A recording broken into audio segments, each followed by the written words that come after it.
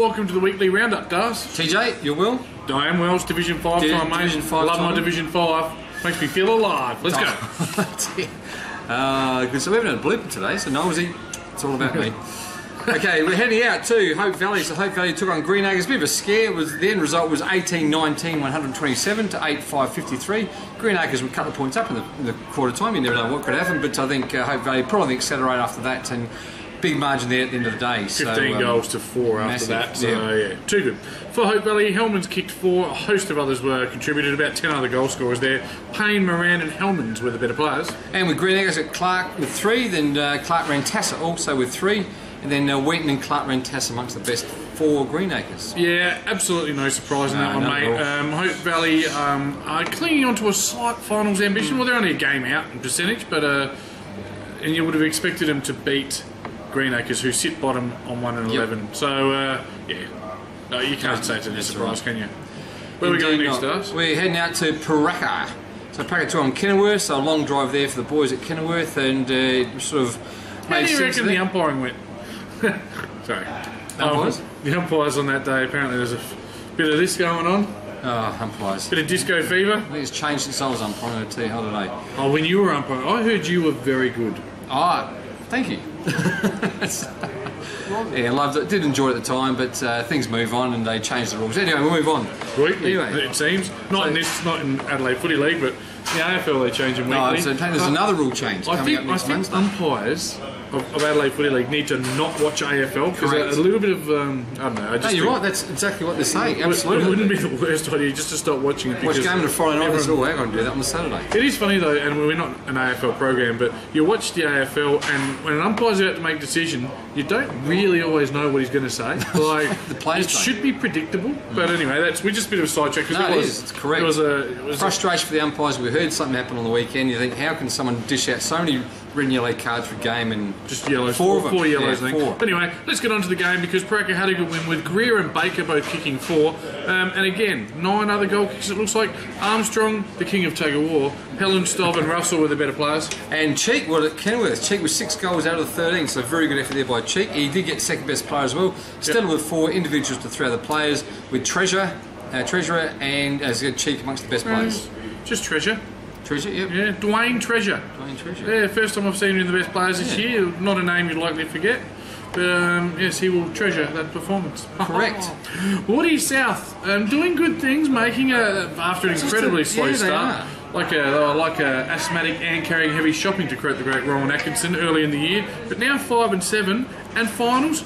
Well, they're just a little flicker. Couple of games out, just a couple of games out. Pretty simple, way to go. There's 6 games to go. They'll need to win 5 of them. But yeah, save themselves from relegation. I think that's where the main objective was, never to go down, of course. But mathematically, could still get relegated. But I mean, mathematically, I could be a supermodel. So yeah, I think it's not going to happen, unfortunately.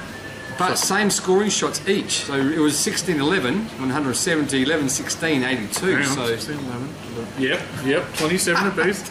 Well played, Darcy. 25 point win. Mathematics, exactly. Yeah.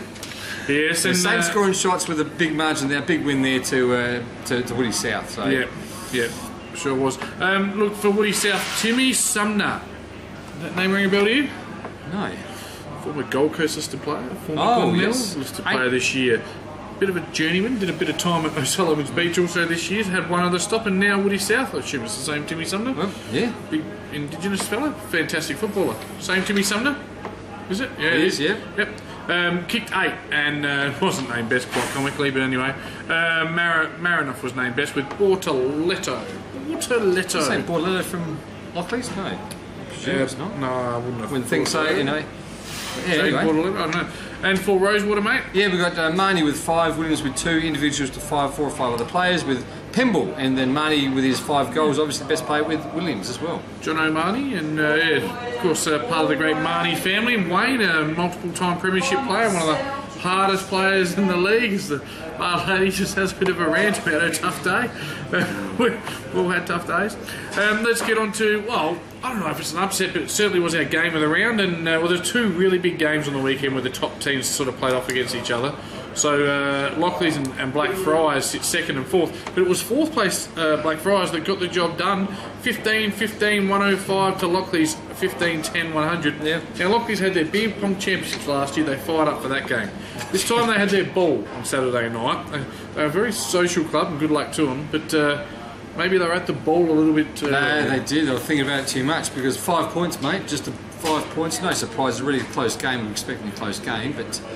You can't complain when you go down to Blackfriars with 5 points though. At St Dominic's Oval, it's a tough ground to play at. Tiny little ground. We're talking about tiny little grounds before we went on there tonight, aren't we?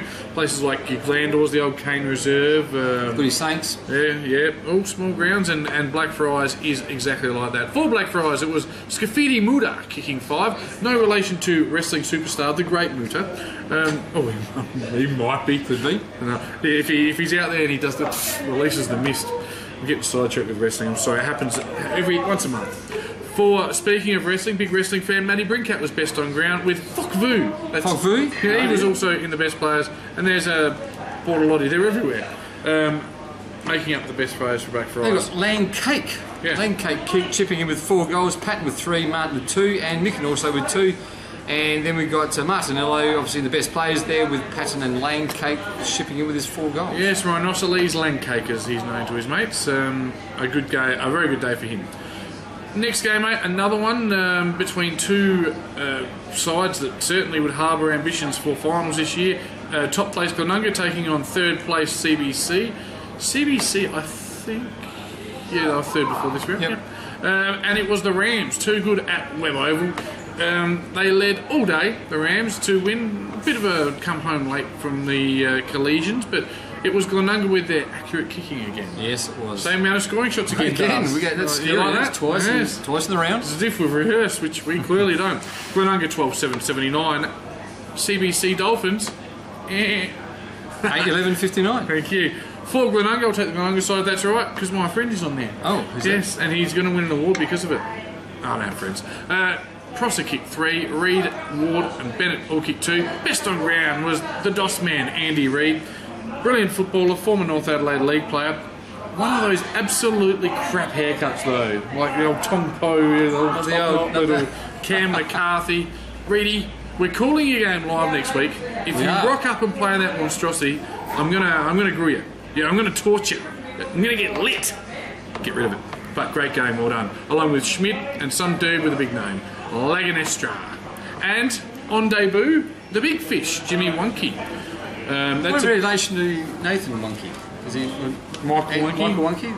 There's 4 Wonkies, they're all related. Oh, and they've all played around, so obviously you've got the big Wonks at the Eagles. There's Nathan playing for someone else in another... Paynham, we had one at Paynham. Yep. Obviously, Jimmy Wonky's, I think, been at North and Sturt. That's a huge get before the June 30th deadline, because Wonks will be able to play tall, up or back, or in ruck. And are they brothers, cousins? No, they're 4 brothers, the Wonkies. 4 brothers? Yeah. So, yeah. And very good socially, the big fish. Some of the other one, they all must be the same. Bar profits should go alright. There's a reason why they call them the fish. Bar profits should go alright. But I'm telling you, Glenunga boys, if you're watching this and the big fish challenge you to play the broom game, don't play the broom game with the big fish. Doesn't end well. For CBC, mate? Yeah, CBC. I'm coming in now. Okay, Raymond with 3, with the individuals to quite a number of other players, 6 or 7 players there, so well done to spread around a bit. With Madigan and Petersilowicz. I'm not sure. Petersilowicz and Williams in amongst the best players. Chikowicz, maybe? Yeah. But anyway. Yeah, good round of football there. Let's get on and have a very quick look at the ladder. We've been discussing it as we go along. We did say quite a while back, I reckon a month back, we said the top 5 is set. Well, it's Paraka in 5th on 7 and 5, now being hunted by Hope Valley, 6 and 6. That could be one change that could happen, but it's one game and a large percentage. So what happens in this week's games? We'll have a huge bearing dust. Let's have a look at this week's games and what tickles your fancy to start with. We'll head out to East Parklands, way out there on the eastern side there. We've got Seabok taking on Paraka. 3rd versus 5th. Yes, probably game of the round actually. Yeah, one of them. I think game of the round is the one that we're going to televise and call live, to be honest with you. But Paraka now probably need to take a scout to get Hope Valley. They're nipping at them. I think Paraka going to win, boss? I reckon Paraka. Yep. Paraka going to win? We're going Paraka. We've got a shake from the director. CBC have been very good, but I just think Paraka has still got something to prove, and I think they'll get the chocolates. Agree. Then we had to Edward Smith Reserve. Got Green Acres take on Woody South. So unfortunately, Green Acres just with the one win. Woody South must win this one to keep their. Yeah, that's it. Woody South for a necessity. Yeah. 7th place, 5 and 7. We said that you've got to win 5 of your last 6. Yep. Should win this one. They should win this one by quite comfortably, I think. Yeah, we'll come back to that one there. So the next one is Lockleys and Hope Valley. Lockleys Oval. Lockleys have just come off a 5-point loss. They'll be filthy on that. And Hope Valley have come off a good win. This could be what I'm talking about. Paraka get the win, Hope Valley lose, and it becomes 2 games in percentage, and they will lose to Lockleys this week. And then we head out to. Do you agree or I do. Sorry, I should have said that. I do agree as well. So absolutely. Then we head out to St Mary's Park. So a bit of a drive out there for the Blackfriars boys. So Kenilworth are in Blackfriars. I would say another tough game here. So no, definitely not. Blackfriars. By 10 goals. 10 goals. Yeah. 9th versus, so I was just doing pondering there. Yes. 4th versus 9th, and yeah. Am I imagining things, or does Blackfriars say 9 and 3 in 4th, and CBC are 8 and 4 in 3rd? There, so. It's a little bit of a computer glitch, so I apologise for that if I've quoted incorrectly throughout the segment. We're not going back and doing it again. That's the old interweb for you. And our game of the round, it's Rosewater. We're talking Smashing, about we are Williams, Taylor, Jacobson, Steamboat, Trevor, Gregg against the likes of Glenunga, Reed, Abel, Edwards, Lees. I could go on and on, and I will. Wonky. Sandy Roberts. I want to talk it up, but I reckon Glenunga will flog them. I think they will. I think there's a few performers at Rosewater though. They might light up for the cameras and the big bright lights. You never know. If you want to hear a great call, live call, you're going to be there. I'll be there. I'm going to be there. I don't have to work in the morning, so I might be up and about. It's 1 versus 8th. Hopefully, it offers more than that. Yeah. At home, Rosewater, mate, lift. At home, yeah. Though I can tell you one thing, Rosewater, your barbecue sales will be up with us bastards there. And I'm looking forward to Rosewater's a beautiful club room. So it should be a first time calling it the ground. So tune in, download the app mixler.com.au where you can listen online. It's going to be fantastic. Search Adelaide Footy League, Adelaide Footy, anything like that, you'll find us. 1,800 listeners last week apparently, and continues to grow. And obviously, we'll be taping it live as well and dubbing in the commentary after that for the following week. To replay the phone Saturday, is it? Yeah. Yes, sorry. It's going online a bit early as well, SA Football TV. Thanks to everyone who watches our show and supports us. We'll be back next week. See you later.